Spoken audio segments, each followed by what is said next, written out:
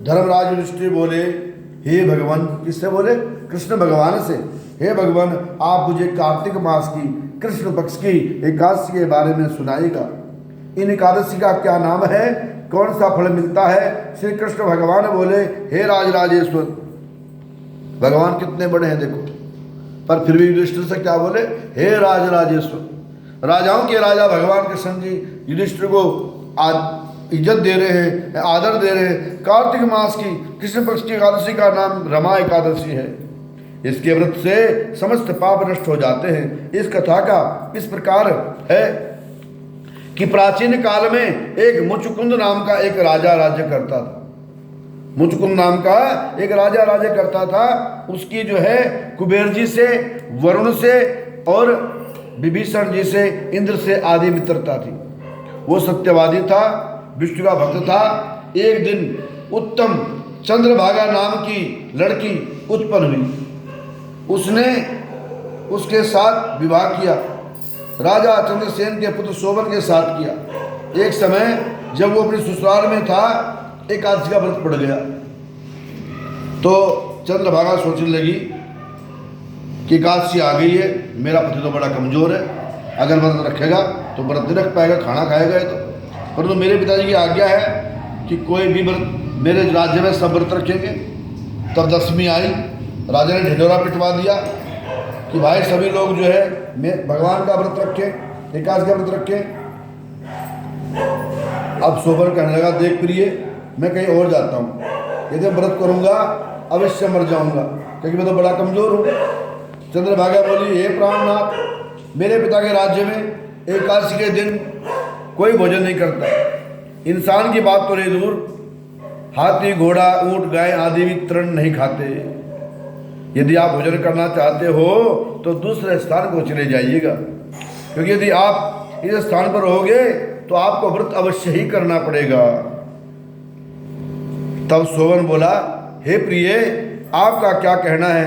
मैं यही करूँगा, यहीं रहूँगा और आपके लिए उपाय करूँगा और मैं व्रत रखूँगा। ऐसा विचार करके एकादशी का व्रत किया। सूर्य भगवान भी अस्त हो गए, जागरण की तिथि हुई। शोभन को दुख देने वाले दूसरे दिन प्रातः ही शोभन जो है संसार से चला गया। बोलो कृष्ण भगवान महाराज की। इस संसार से राजा ने उसके मस्तक शरीर को दहन किया। चंद्रभागा अपने पति के आज्ञा अनुसार अग्नि में दहन नहीं हुई, परंतु पिता के घर में रहने लगी और अपना उत्तम समझा। रमाकाश के व्रत के प्रभाव से उसे शोभन को मंदराचल पर्वत पर एक दिव्य नगर मिला और वहां का राजा बन गया, स्वर्ग का राजा बन गया। एक समय मुचकुंद नाम में नगर में रहने वाला एक सोम शर्मा नामक ब्राह्मण वहां से निकला। घूमते घूमते क्या देखा, ब्राह्मण ने उसको अपनी राजा का जमाई जानकर उसके निकट गया। राजा ने शोभन को, ब्राह्मण को देखकर आसन से उठ खड़ा हुआ, अपने ससुर और अपनी पत्नी के बारे में पूछा, कुशलता से पूछने लगा। सोम शर्मा ब्राह्मण बोला, हे राजन, हमारे राजा कुशल हैं, आपकी पत्नी कुशल है। ये बताइएगा कि आपको इतना सुंदर नगर कैसे प्राप्त हुआ है? शोभन बोला, रमाकाश के व्रत के प्रभाव से उत्पन्न हुआ है। कहाँ से मिला है मुझे? ये जो आज एकादशी है। परंतु मेरे मन में श्रद्धा नहीं थी, मैं अपने ससुर के डर के मारे व्रत रखा था। ये अपने ससुर के डर के मारे व्रत रखा, तब इतना बढ़िया नगर मिल गया स्वर्ग में। अगर जानबूझ के रखता तो कितना मिलता। तो ये ज्यादा टिकाऊ नहीं है मेरा नगर, एक दिन मुझसे छिन जाएगा। परंतु ये अधूरा है। हे ब्राह्मण, आप इसमें झूठ ना समझो। शोभन बोला, ब्राह्मण, मैंने जो व्रत किया था उससे नगर प्राप्त हुआ है। आप मुचकुंद की पुत्री चंद्रभागा से कहोगे तो वो इसे एकदम से स्थिर कर सकती है। ब्राह्मण ने कहा, राजा का सारा वृत्तांत। राजकन्या चंद्रभागा बोली, हे ब्राह्मण, आप मुझे उस नगर में ले चलिए, मैं अपने पति को देखना चाहती हूँ।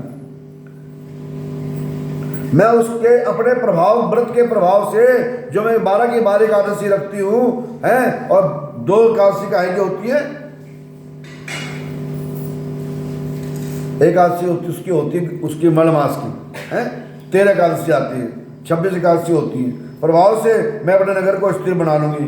चंद्रभागे वचनों को सुनकर सोम शर्मा ब्राह्मण मंदराचल पर्वत के पास वामदेव ऋषि के आश्रम में ले गया। वामदेव ने उसकी कथा सुनी और चंद्रभागा को मंत्रों से अभिषेक किया। चंद्रभागा मंत्र के प्रभाव से दिव्य देह धारण कर गई। यह देह छूट गई यहीं और दिव्य रूप धारण कर लिया और अपने पति के पास चली गई। शोभन ने अपनी स्त्री को आते देखा तो प्रसन्नता पूर्वक उसे आदर के साथ अपने बाम अंग में बिठाया। चंद्र बोली, हे प्राणनाथ, आप मेरे पुण्य को सुनिए।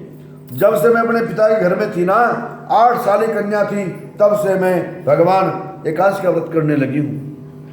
उन्हीं व्रतों के प्रभाव से आपका ये नगर स्थिर हो जाएगा, ध्रुव हो जाएगा और समस्त कर्मों से युक्त होकर प्रसन्न अंत तक रहेगा। चंद्रभागा दिव्य रूप धारण करके आभूषण वस्त्र सजकर अलंकृत हो अपने पति के साथ आनंद पूर्वक रहने लगी। शोभन भी उसके साथ आनंद पूर्वक रहने लगा।